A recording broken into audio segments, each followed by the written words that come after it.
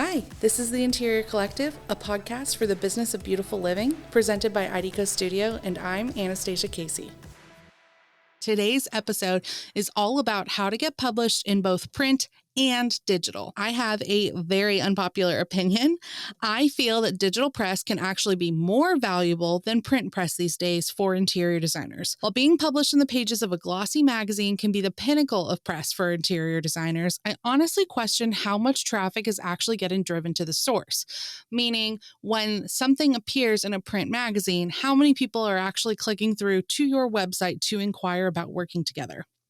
Today's guest, editorial director at Rue Magazine, Kelli Lamb, is walking us through the benefits of both print and online press and guiding us through the perfect pitch process. Over the years, Kelli has become a great friend to IDECO, our clients and attendees of Design Camp, but also to me personally. Her commitment to showcasing homes of any size, budget, or style is a true inspiration, and I'm super honored to have her here to walk us through the journey of getting published today. Kelli is the editorial director and co-principal of Rue. Kelli lives in Los Angeles with her husband and 2 cats in a gorgeous historic Spanish hacienda.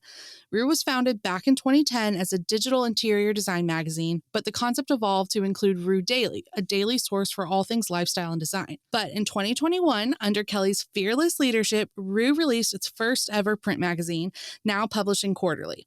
And if that wasn't enough, her first book, Home with Rue, is now available everywhere and is a constant source of inspiration, permanently on my coffee table. I actually have 3 copies. Welcome, Kelli. I am so excited to have you here today, and I am so honored to have you on our first season of the Interior Collective. Oh my gosh, thank you so much. I actually feel kind of like a rock star that I'm on season 1. You should feel like a rock star because I'm pretty sure you're at that level. As we record this, we are moments away from the launch of your first book, Home with Rue, coming out May 24th. By the time this actually airs, it will be available on newsstands everywhere, and you can purchase it directly through the link in our show notes. Additionally, we will actually be celebrating your official book launch party 1 week from today at Design Camp in Santa Monica. Tell me about what this book means to you. Oh my gosh. Well, first, it's such an honor that we will be having the launch dinner as part of Design Camp, because I feel like the mission of Design Camp so beautifully reflects the community that I'd love to build with Rue, or kind of my ethos of it. So like bringing it to people in real life, that is so exciting. And the book, I was thinking about that question because I am kind of like the mindset where I'll just put my head down and do work, and I don't really notice or even realize when these huge accomplishments kind of come and go. And so as we get closer to it being out in the world, I wanted to actually take a look back at what it means. And I feel like for so long, Rue has only been in print for just over a year. We've existed in this digital realm. I would create these things and they would kind of get a big splash online and then go the way of the algorithm. And it was sort of like these waves of like content. And I feel like the book is this tangible thing that like has my name on it. It's like a physical representation of my passion and what I love to do. And it's also totally surreal because I think at the end of the day, I'm still like 13-year-old me, like living and being like, I'm going to work at a magazine someday. It's wild. And not only are you working at a magazine, yeah. It is your magazine, and it's such a beautiful publication. I believe that by the time this episode airs, I will even be a part of the current issue of Rue Magazine, yes. Which is so fun that it lines up that way too. I know. If we have time during the podcast, we'll just do a quick interview for the article. Perfect. We'll just check that off. Okay. So for those who have not had the pleasure of meeting you in person or heard more of your story, how did you end up at Rue, and how did you transition to your role today? I had an unconventional entrance to the editorial world, but at the same time, Rue had an unconventional start as well. It was launched by really talented, design bloggers doesn't do the original founding team justice, but it was founded in 2010 as kind of this celebration. Like design blogs were in their heyday. And so they came together to create this digital magazine. Crystal Palachek, who, if you don't follow, please do, and Sage, they were the original co-founders.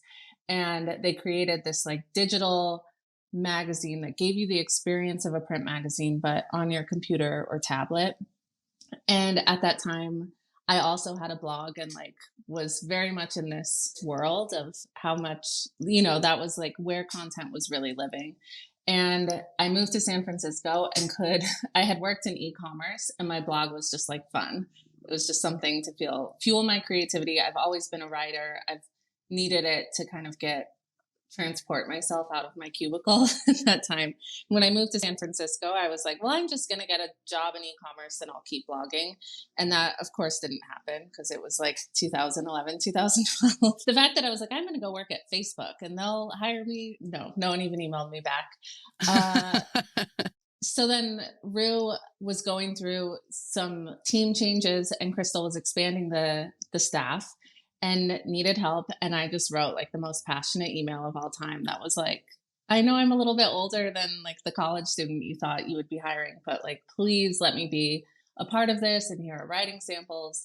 And it was like an instant click. So I started really at the bottom of the totem pole for as low as it could be, and was just like, what work can I do? Can I do more work? Can I make this my life? And that probably in hindsight was very obnoxious, but I was enthusiastic, So fast forward, you start at the bottom of the totem pole. Yeah. I mean, we're talking like intern level, right? Yes. Like it was, yes. Yeah. Intern level. And then you kept proving yourself. You may call it pestering. I'll call it proving yourself. Thank you. And then there was a time when Crystal and the original team were ready to spread their wings, go a different direction. And then how did it become, oh, Kelli can take this over? I mean, first of all, it is important to mention like how crazy my friends and family must have thought I was when I was like, I'm an intern. But I think I had a little bit of motivation to see not only how I could grow within Rue, but how perhaps I could just grow within the industry and use it to meet really talented people and perhaps explore this concept of a career that I hadn't really envisioned could be a career. It could be more than just something I did for fun. I guess I did prove myself and I took on more and more work. And like with every year I would get promoted. I guess it was actually at that time, like every couple of months, Crystal would be like, okay, we have to change your title. We have to change your title. And it sort of was this natural flux of I started taking on more and more responsibility, and that gave her the freedom to slowly step away and explore her interior design business. And we've talked about it since, like I very much locked into this is my passion at the same time as she was locking into actually design as the thing that I'm most passionate about. Mm-hmm. So it was kind of this natural, really effortless. I mean, it wasn't effortless. It was a lot of hard work for many years, but the transition was really easy. When it came time that she was ready to officially step away and not have, the responsibility of business owner or any of that, it was implied that I would take over Editorial, and then our previous publisher would then become the new owner of Rue. And so that was the phase for a couple of years, which was really fun to kind of continue honing in on what Rue looked like and what I wanted the mission to be, and mentally take ownership over the work that I was doing. So skip forward again, and now it's pandemic. So you think, hey, let's launch a print publication, because obviously that's what someone would do when the world is crumbling. Talk us through what happened, because I know that there was a decision based out of it's now or never, and it's kind of all in or nothing. And I can't take the credit for having that vision. The pandemic hits, everything hits the fan. Everything goes exactly as bad. Like, advertisers fell off, our traffic plummeted. And that was really representative of everyone was living on their screens. We all were working from Zoom, homeschooling, getting all of our news. The internet was just like, anytime you were even reading like the most exciting article, you'd get these news notifications popping up in the middle of the screen that were like horrifying news. I think people kind of naturally moved away. Like we all were in this crisis mode and an online outlet wasn't really right for us. And so I had become good friends with Danny Seo, who is like this media expert. And he has had such a successful career. He has his own magazine. He's known as like the green guru because sustainable living is like really his world. Here I am like scrambling, and he was looking at this platform that we had and the audience that we had created, and realized that he could apply his business model to what we had been doing, which included print magazine. And his own magazine, probably because the only place people were going to was the grocery store, was like having amazing sales. Like he's like, my business is great. And I'm like, what am I going to do with my life? And so he and the previous owner started discussing either whether it be investment or a full acquisition. And it turned to that what made the most sense was for him to acquire Rue.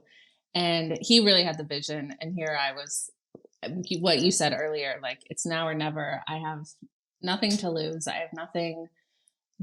I have to go for something, or I have to figure out a different path because we aren't going to be sustainable much longer. So he acquired it and then gave me the opportunity to either be an employee or be a co-owner. And so I went even more risky, and I was like, I would love to invest my money. Here's the $5 I have, and I want to go in. And we were like trying to buy a house, and so I had to tell my husband, like, I have some bad news.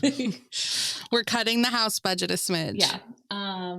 But it was really like, let's go for it. I really had seen the success he had, and also seen that people were craving something more tangible, something that could pull them away from the internet, and that they could really get back to what, if design was their passion, kind of escape into that world. And it just seemed like it was the time. And media is shifting so much with a lot of people moving away from print. And so it was like this weird thing where we knew it makes sense why that is happening, but the public still wants it. People still crave print magazines. So it was like, okay, let's go for it. And then I've worked every day since. Well, that's an incredible story, an incredible journey. And I just have to say how in awe and just how proud I am of you to like have this big ultimate dream for your life as like a girl growing up, and like you've made it happen, and like you've made it happen on such a larger scale than even that dream when you were little. And I just am so grateful to get to watch that, because I think it's just such an amazing journey, and I appreciate you sharing how we got there. But I'd really like to talk Rue and publishing now. Yes. So what do you think Rue has done to help cultivate and shape the design industry? I mean, that's hard because I, like so many people and so many women, definitely have imposter syndrome. So I'm like, oh, we've done this whole thing. Like, I'm quick to brush that off. But I think something I am really proud of, and that I've never compromised on, is that like Rue exists to tell the story of the designers and the creatives. And it's less about like sell. It's less product driven. It's more about the spaces and the people who live there. And so I think one of the biggest compliments I've had since launching the print magazine is someone said, you're creating something that looks like the work that we actually do, and that I'm not a designer. So that feels like the highest compliment. Like, okay, I'm translating your passions to media. And I hope that resonates with people, because I mean, we have, of course, a huge part of our readership is people who just love looking at beautiful spaces, but I want to be a friend of the industry itself. So how can I elevate designers? How can I help them grow their businesses? And looking back, I mean, I'll see some designers who like now are so successful. And I remember receiving 6 years ago a pitch email from them of like, this is my very first project, would you run with it? And I try to remind myself of that. And I have you won't see it because it's a podcast, but a board of like all the thank you notes I've gotten from people, of trying to remember like this exists to give designers and creatives and photographers this platform to show what they do. I think that's such a sweet sentiment. And I personally, having my own business and having certain milestones that felt like such huge goals of mine happen, and then we quickly move forward and you don't take time to reflect in that big successful moment because you're just on to the Exactly. next. Yeah. I love that you have a very visual representation to stop and remind yourself of that. Yeah, it's something that helps, especially with how busy you get. I think for designers too, looking back at what the homes you're creating for clients like mean to the families that live there. Like we're so milestone driven, and so I mean there's like 4,000 emails and like everything doesn't nothing stops, and so remembering that human connection of what these accomplishments mean to you and mean to the people that you're helping along. So I think that's such an interesting distinguishment for those who have not had the pleasure of picking up a physical copy of Rue magazine. It is a beautiful publication to flip through. Kelli was so intentional of the quality of the paper, the weight of the paper, but I think from a reader's perspective, there is a different approach to what is covered. I feel like you flip through the pages of Rue and you see yourself in it, not only from you see yourself as a designer who is featured in it, but you see yourself as also the people who are using the spaces, and you cover each of those projects so holistically on both sides. But just being in the industry, I love how Rue bridges the gap between a industry publication and a home publication that someone picks up for inspiration. And so I'm curious if you have insights as to who you really feel like your core reader is. Is it design enthusiasts and lovers who see the beautiful cover, or do you think it's really Rue is for the designers? that's such an interesting question. And I actually give a lot of credit to my business partner, Danny, for helping me. There's so many things that like I never considered like with covers. And so for me, I have the standards of like I'm catering towards the industry because I want to impress all I want to impress all of you.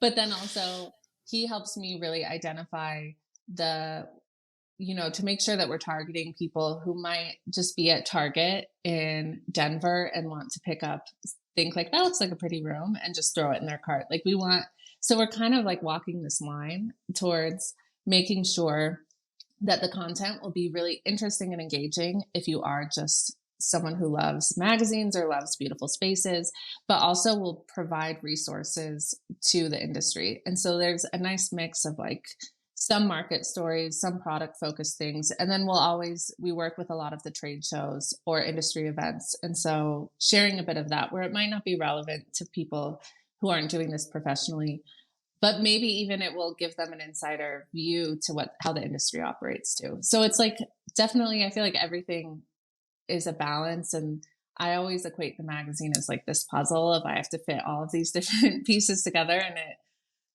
fries my brain for a few weeks of the year. But then once the puzzle comes together, it's like, okay, I think we touched on, there will be something for everyone.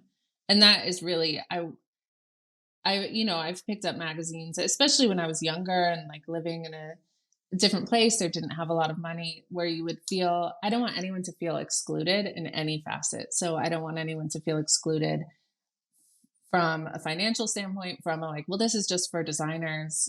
It's very important that everyone who picks up a copy will find something that speaks to them. One thing I know you've been very conscious of, and I've really appreciated after reading the first 3 copies or 3 issues, is your intention behind making Rue a more inclusive, representative, and leading publication. Can you talk us through what you're doing to make sure it's not all the same Southern California designers featured, for instance? Well, I always joke with my husband that when I'm like putting the puzzle piece of the magazine to get like putting all the pieces together, making sure that it's not just me represented in the pages. And I never wanted, it's funny to be doing a podcast or have a book with my name on it, because really it has been, creating something that represents the world that we live in.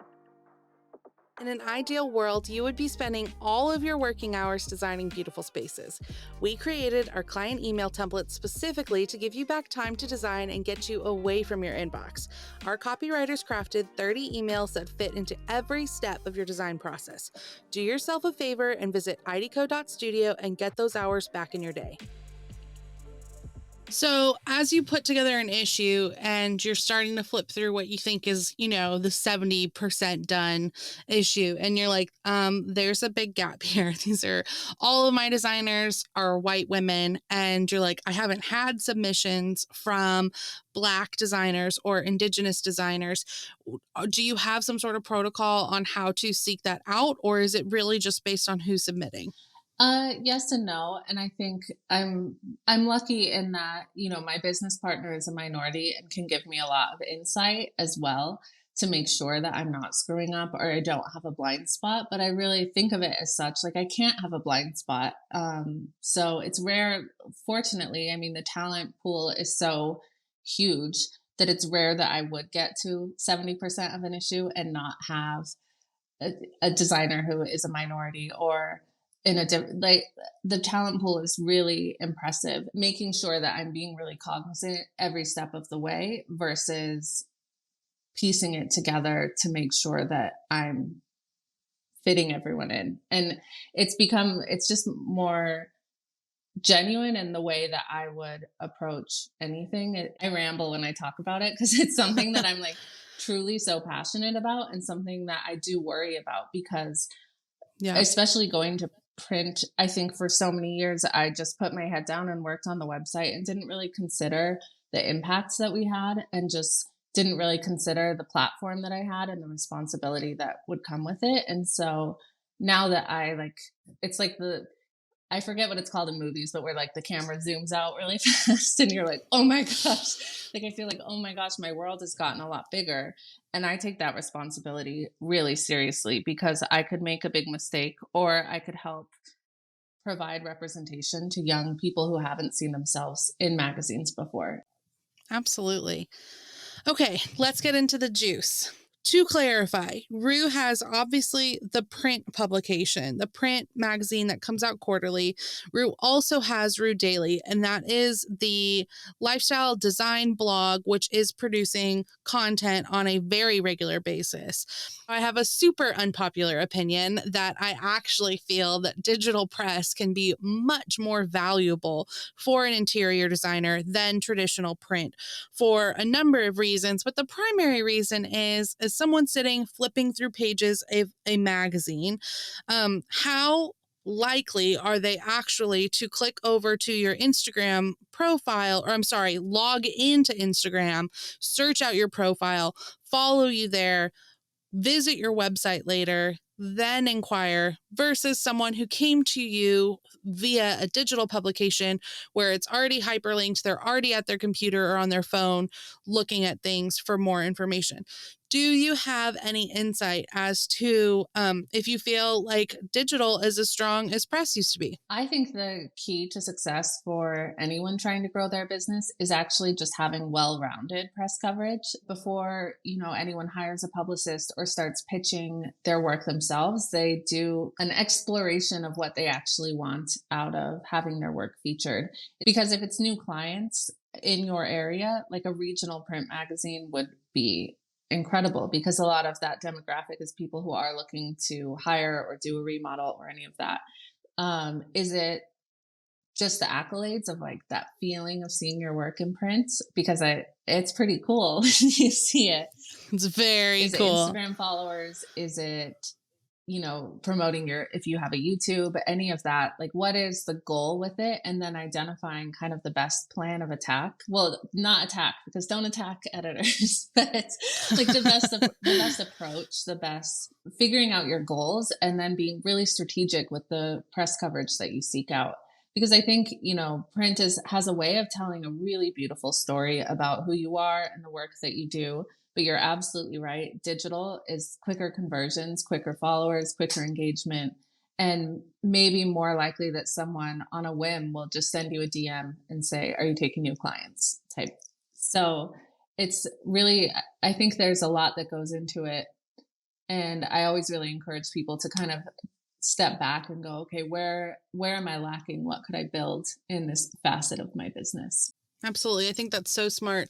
Whether we're talking about social media marketing or marketing plans in general, I talk about this at Design Camp a lot. I talk about it with our clients on a one-on-one basis, but you're so right. Deciding what is your actual, true, honest goal with this effort and acknowledging if it is for essentially a check mark for, hey, I was in a print publication. Yeah. It was on newsstands everywhere. That is a huge goal of mine, and that's amazing.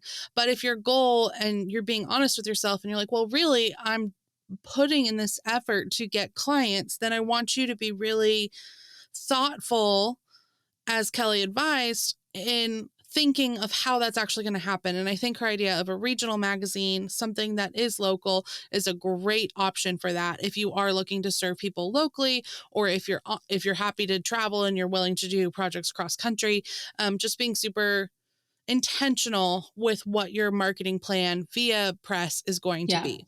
So, Kelli, as we talk about you having still a digital Yes. publication and now a print publication, I'm interested for those listening. Does that mean, I know you're big on showing spaces of different sizes, different budgets. Yeah. Would you ever possibly consider a like one room project, or does it always need to be full house tour? I will completely consider one room. I will even consider one photo, like one really strong image, because there are so many ways. I don't want our publication to just be home tour, home tour, home tour. There are other, from a storytelling perspective, there are other ways that I need or other approaches to share work, offer tips to people, especially perhaps people who are more inclined to not hire a designer, but do they love design themselves and are looking for ideas.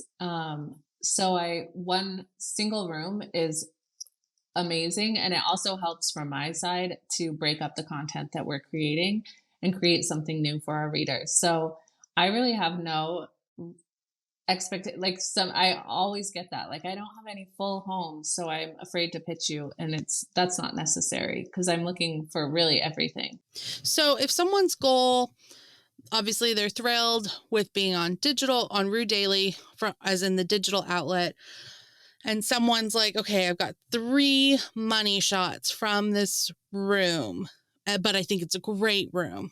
And they pitch you. We're going to talk about the actual pitching process and pitching etiquette and all of that.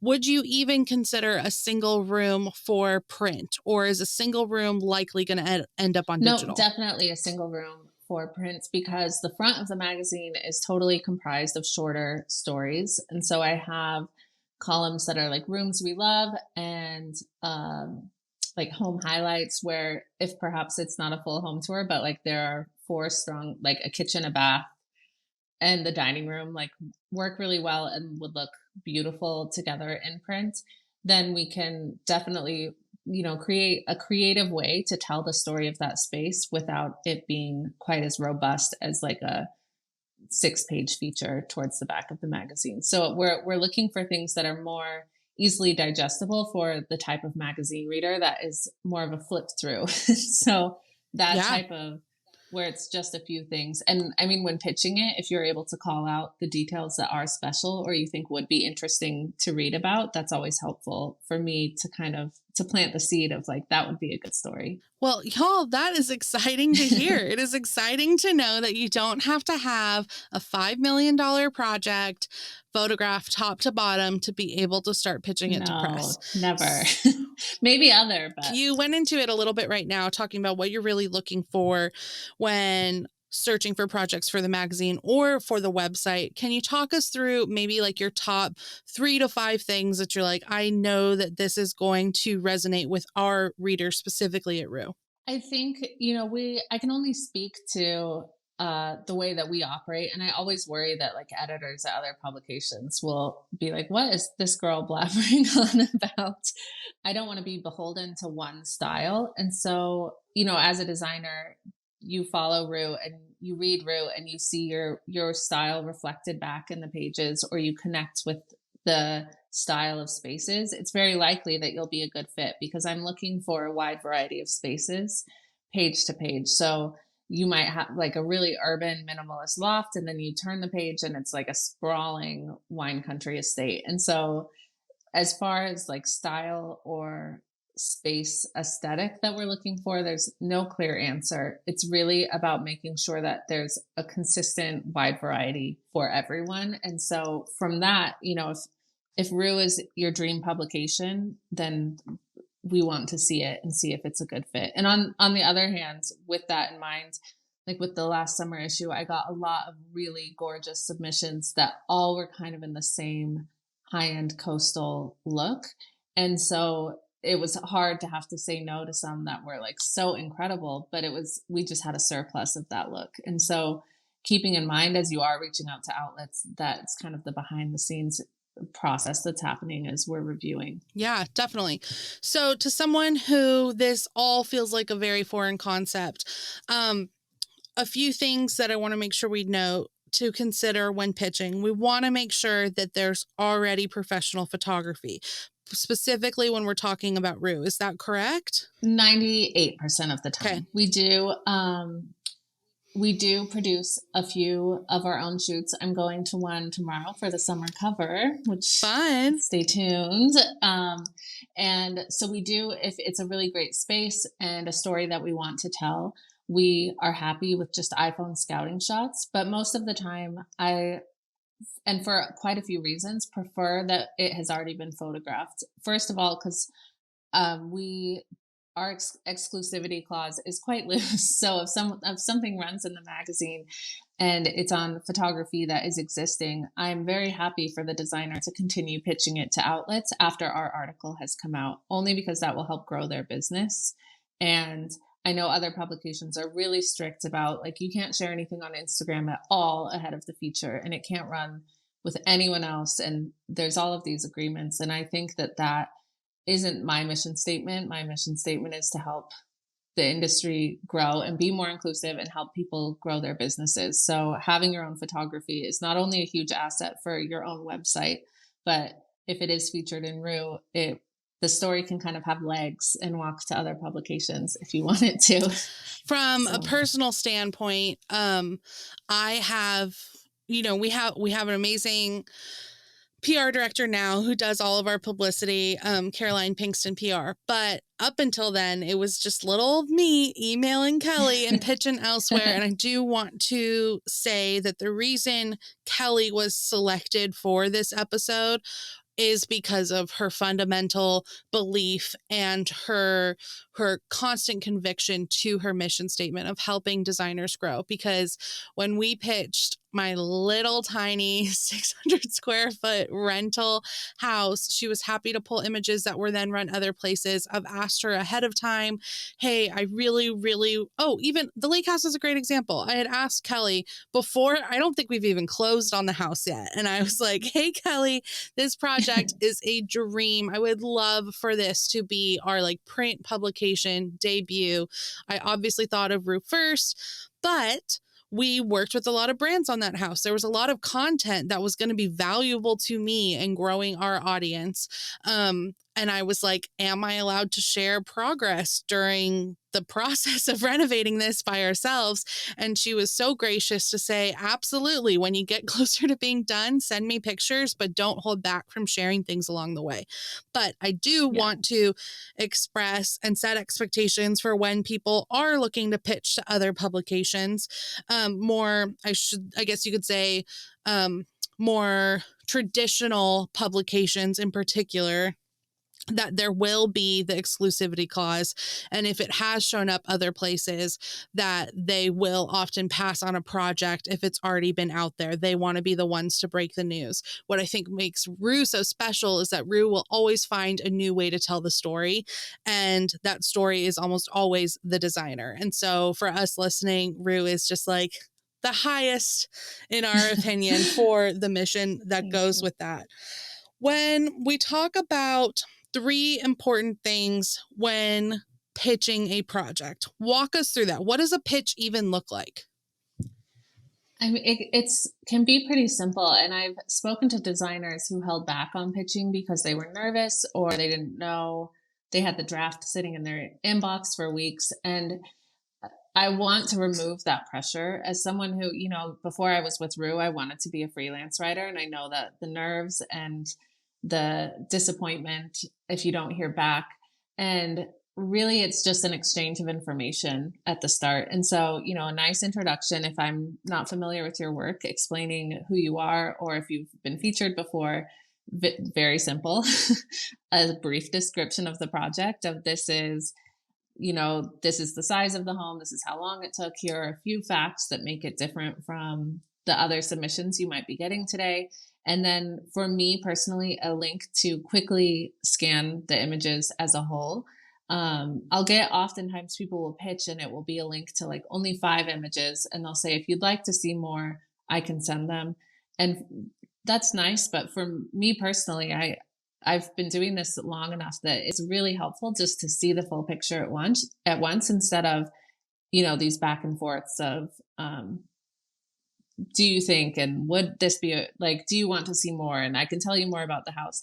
Give like the main quick and dirty bullet points and the gallery right off the bat, and I'll be able to make a decision much quicker versus, these niceties of back and forth. It's really, and the other thing I always joke, I know I said this at design camp, but like just double check the publication name, because we'll get pitches that say, I think this would be really perfect for, and it's an outlet that is not named Rue. And sometimes my name will be spelled wrong or just simple things like that, like keeping a professionalism of like, here's the point, here's my work.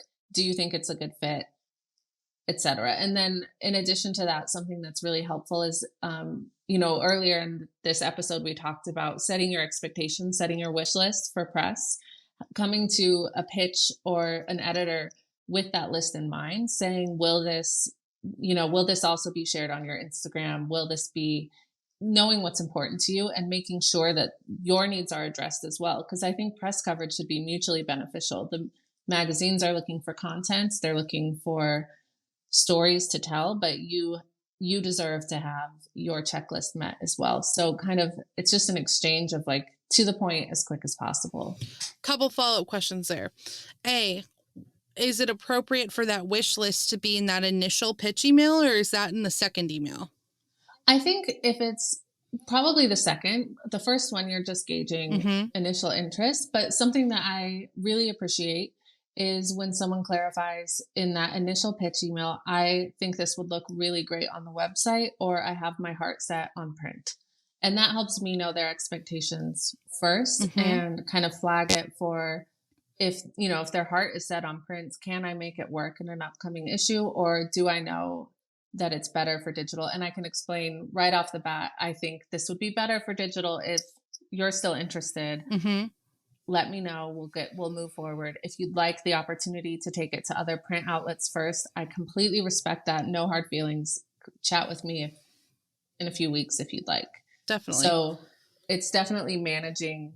It's like dating, like making sure that you're all on the same page from the start is like very helpful. Absolutely. So key takeaways there. Quick intro about yourself. Remind them if you've submitted or worked with them before. It's just like a quick refresher, otherwise an initial introduction. Brief description of the project with bullet points, and those bullet points are the most interesting or unique facts about the project. It is a link to your project photos, not attachments. We don't want to clog up people's inboxes, and we want to make sure that they can easily click to see them and not potentially have some sort of download error. And Kelli is spelled with an I, Kelli, Lamb, Lamb. All of her contact info, sorry, Kelli, whatever contact info she will let me publish will be listed in the show notes. Anything but my phone number. But I also, one major tip, it can be really tricky when you're sending entire folders of images to someone. make sure you're changing your share settings to anyone with the link can view. There are a lot of times that things come through and you have to request access. And I can just imagine how frustrating that is. And your likelihood of getting this editor to actually request the access drop significantly. So just make sure that your share settings are set to share with anyone with the link can view. Oh my gosh. You just said something that would have made my life so much easier if I just like published on the website. Like make sure we can view, because it does happen a lot. More than, now that you're mentioning it, that happens 50% of the time where I have to say, oh, I can't access the photos, please resend.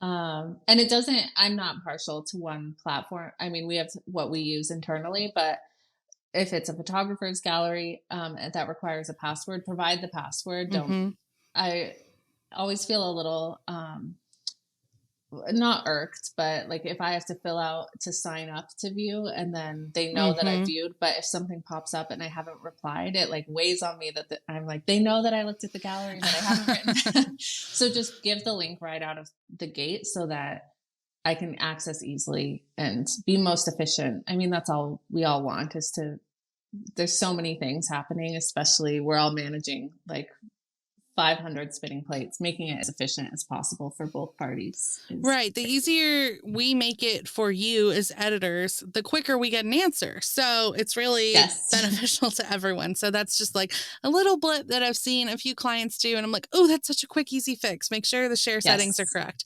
So let's talk about pitching cadence. I have this amazing project. I pitch it to Kelli. Well, this would never happen with Kelli because I know she takes it so seriously to get back to submissions. But I pitch it somewhere and it's crickets. I don't hear anything. And I know that this particular publication really wants exclusivity. So I'm just sitting here twiddling my thumbs being like, how long do I wait? We at IDECO have an opinion that it's 2 weeks before you can move on to something else, to another publication. Do you have any insights onto cadence of moving on to another publication with your pitch? Well, one thing I wish was a little bit more normalized, and I think it's probably because as a designer you might worry that it comes off confrontational, but I don't think there's anything wrong with emailing an editor and saying, I haven't heard back, could you let me know if it's still under review by, give them 48 hours, let's say, could you let me know if it's under review by the end of this week? If not, I'm going to take it to another publication. And then that's on, it puts it excuse me, it puts it in the editor's court of like, if they didn't get back to you in time and they're losing out on a great feature, then they had the chance. But you can kind of be in the driver's seat and say, I am taking it elsewhere. One thing that for me is a big no-no is pitching multiple outlets at the same time. Right. So creating your list and pitching one at a time, I think, is important. It just happened last week where I confirmed something for an issue and someone said, I'm really sorry, but another publication picked it up and they prioritize that's the one that they want to go with. And it like kind of hurt my feelings. Yeah, too, I bet. Not only was I like, ugh, that was kind of a waste of time because I put in all this effort into securing placement, but now I also feel like I didn't get asked to the dance. Like, oh, you want and that's so silly because the other story is going to be wonderful and I'm excited to see it. But it is this thought of like, that could have been avoided if they had separated the pitching timeline. Yeah. And I think for me, when the 2-week mark kind of comes, if I haven't had a chance to thoughtfully review, and my review process is admittedly a little bit slower just because of the way that I work, but I make a point to go through and reply to all of the ones that are waiting and say, I've received it. I'm just behind. I will get back to you by this day. Not everyone will do that. So I don't think there's any harm in saying specifically, I'd like to move on unless you tell me you need a little more time. And it's, again, just an exchange of information. Absolutely. So that process from the interior designer's standpoint is you get your photos back from your photographer. They're so gorgeous. You're ready to start pitching. You make a list. You make a list of your top priority publication based upon your goals. Do you want this to be digital because you want this to go live quickly? Print takes way longer. So are you looking for this to be able to be shared in the next 2 months, or are you looking for this to be shared in the next 6 months, sometimes a year? Think Right. about those priorities and always think about which publication has projects like yours. Rue is really good at having all different types of styles, but obviously there's other Totally. publications that specialize in a certain niche. And so you want to be pitching to the most appropriate publications.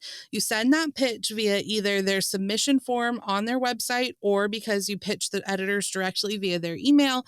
You send a follow-up email probably a week later, one follow-up email, as Kelli advised, saying, hey, if I don't hear back from you in the next 48 hours, if you are still reviewing it, please let me know. But otherwise, I'm going to take this elsewhere. So then at that 2-week mark, you can go ahead and pitch to your next choice publication. Yeah. I think and it's hard to say the world is moving at such a interesting pace that like 2 weeks goes by in freaking flash. But like creating a timeline that works for you in getting the images out there and then operating on that and communicating that as you're submitting, like, this is my ideal time frame. And one other thing too is being aware of the styling of the images or the style. I always notice I'll get people that are really eager for inclusion in print, but they've just photographed it. And so we're working a few months ahead. And so like peonies are out of season or whatever. It looks really summery or the styling is really fall. And so being aware that from an editorial standpoint, that there might be delays based on your ideal timeline based on, creating the content in general. So having kind of in the back of your mind what works best for you and then still being a little bit flexible when you hear back to work, again, everything needs to be mutually beneficial for both parties. So if the goal is to get the story out there and on as many outlets as possible, then do that and communicate that to who you're working with. Great. Okay, so that's like the general rule of thumb formula. Obviously nothing is super black and white, but this is like a really good starting point for you to start pitching. Yeah. I encourage all of our listeners to pitch your work. There's so much content needed by publications now because they're putting out 5, 6, 7 articles a day. Like, pitch your work. But let's go ahead and talk, Kelli, about establishing relationships with editors. Traditionally, it was up to a publicist to find, create, and foster those relationships with editors. But in my personal experience, it's been such a meaningful way for me to step in personally and establish those relationships. Talk to me about some ideas on how to initiate a relationship with an editor that feels warm and fuzzy and organic and not forced. I think, it's the beauty of social media. You have access to people you wouldn't have necessarily had access to before. So I think it comes down to just really being authentic. And I chuckle because sometimes like I'll get a submission from someone, let them know that it's under review. And then for like 2 weeks, they reply to every single story that I post. Yeah. And I appreciate the hustle, but I'm also like, I know what I know that that's not super authentic. Right. Like you're excited and you're curious. And so it's like this engagement that feels, makes me sometimes feel like, I can't post for a while because I need to focus on work, and people are really up in my DMs. So I think being more genuine with engaging and like the way that you would engage with your friends or other industry connections, versus suddenly you're really DMing an editor a lot and commenting on everything. Because from my perspective, it can feel like just a tiny bit overwhelming or add pressure of like, I got to get back to that person and like pull me out of posting to Instagram for fun, or suddenly I'm like back in it. So I think being really authentic in getting to know them over social media or over email in a way that isn't, I keep saying checklist, but like comment on their pets, comment on their weekend, pitch myself. Like more so, you reached out and you were very genuine of, I've got this project coming. It is a dream that it would be in print. And you were, of course, presenting something, but it was like a really authentic human connection. So it's finding a balance of, not being assertive and promoting yourself, but also being aware too of like, we're all humans and we want human connection versus just like these floods of like, I need something back, I guess. Yeah. I don't know if that makes sense. Maybe it's just a few years of like thousands of DMs and being like, so much. I think this goes back to making that priority list of publications. And when you do that, look at what editors are writing articles, follow those editors and engage with those articles on the actual parent platform way before you're ready to pitch. As in, start establishing these relationships before you even have something that you're asking for, so that you can get to know these people. And when they do see that pitch come through, it's like, oh, it's Megan. Great. What is she looking for? It's a much warmer version of a cold call. And it's just really nice to have those friends that are editors who already know your name before reversing that formula like Kelli was describing, sending the pitch and then actively engaging over and over in that order. I feel like you just translated, because I worry, I have made so many friends through this job and through exactly getting to know each other on social media and then working together, and then a friendship happens. And so, I'm not saying don't ever DM someone, but you translated it perfectly of like becoming the way that you would make friends with someone in real life would be kind of slow and steady. It wouldn't be a flash. And it is, I think it comes down to like wanting to give everyone, from my perspective, I want everyone to have the same like fair review process. And when it's suddenly like, hello, I've been following you for a long time, but I haven't interacted with them before. And then suddenly they're interacting a lot. It's like, I know what you're up to. Your work, I see through that. Your work is beautiful and you've got a great vibe, but I do know what you're up to. And it is all just like a hustle. We all are. But it's this new etiquette, I think, that people are learning to navigate as, you have access to people and to their lives, especially. Speaking of etiquette, in our private discussions as friends, you've shared that pitches seem to be becoming more and more aggressive or demanding, and that it hasn't felt as good going through some work. Can you share more about that experience and advise how to ensure that your pitch does not come off that way, especially when you're writing an email and too many exclamation points could be read a different way than intended? I mean, I think it's too, like, a big part of it, and I think especially my experience of it has been that Rue has seen a different type of growth really quickly over the last 2 years. And it's been a different experience in that sometimes the features feel like whoever is pitching them, whether it's a publicist or a designer, it feels more high pressure or more urgent due to now having access. Now we have print. Now we have more in-person events again. And so exclamation points, that's fine. I use way too many. I use like 40 emojis, the least professional.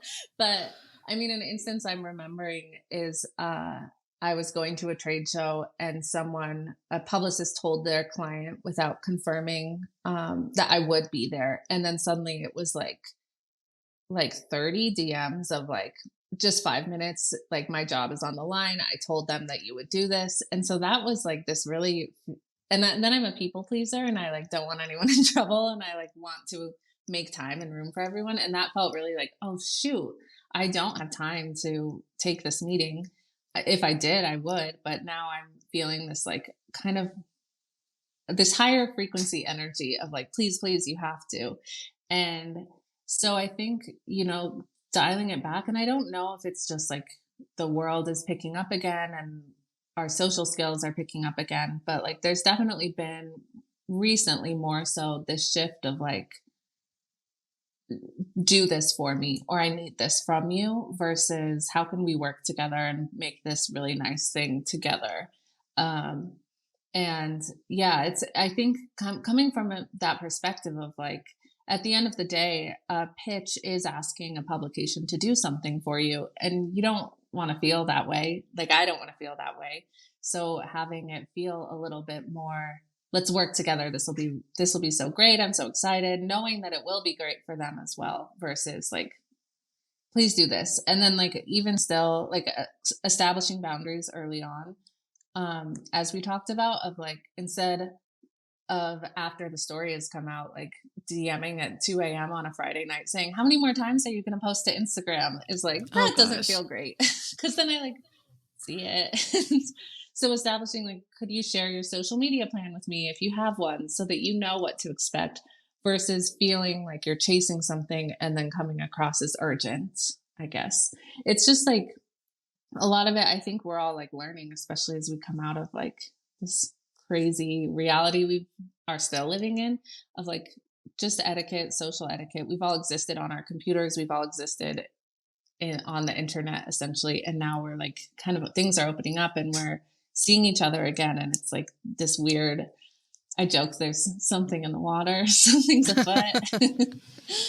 Kelli, you have been so gracious with your time, and I always like to end an episode with a little sneak peek of what might be coming down the pipeline. Can you share your vision for the future of Rue, and preferably if you have any top secrets you would like to spill, I am all ears. Well, what's coming? I mean, we're continuing on. The magazine has been so well received, and so I am already I'm working on the next 3 issues already as we speak. And we are it's been well received enough that we're hoping to be more widely available in more retailers.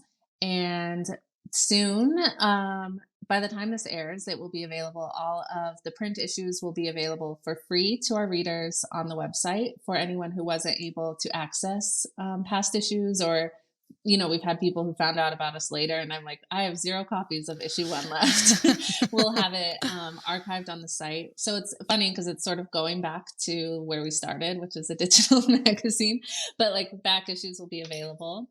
And the month of June, I will be doing a book tour with in 4 cities with let's see, it's Atlanta, Houston, Nashville, and then Los Angeles. And it's going to be a really fun event with cocktails, wine, food, signed books, networking with other designers. So I'm really excited about that.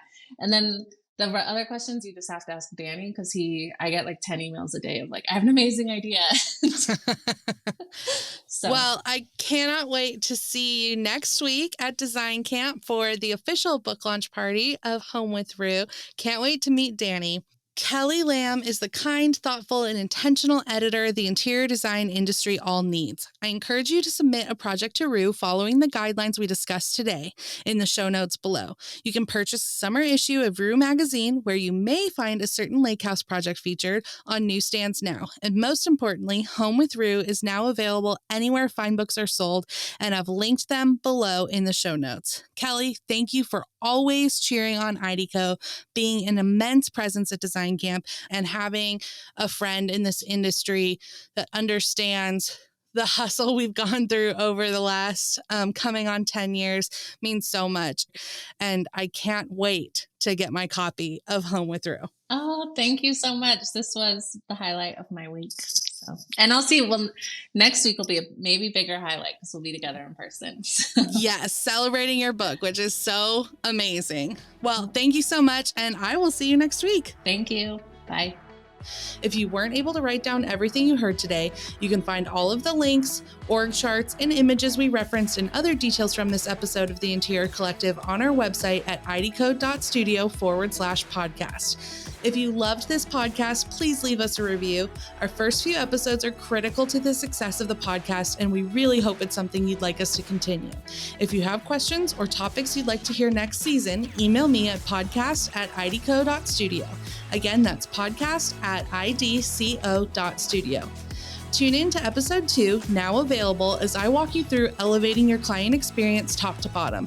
The rest of the season is filled with a star-studded lineup, including Jake Arnold, Gail Davis, Blair Moore, Clara Jung, Amber Lewis, Lauren Lease, Beth Diana Smith, Shay McGee, and Lindsay Borchard. Until then, I'm your host, Anastasia Casey, and this is the Interior Collective, a podcast for the business of beautiful living.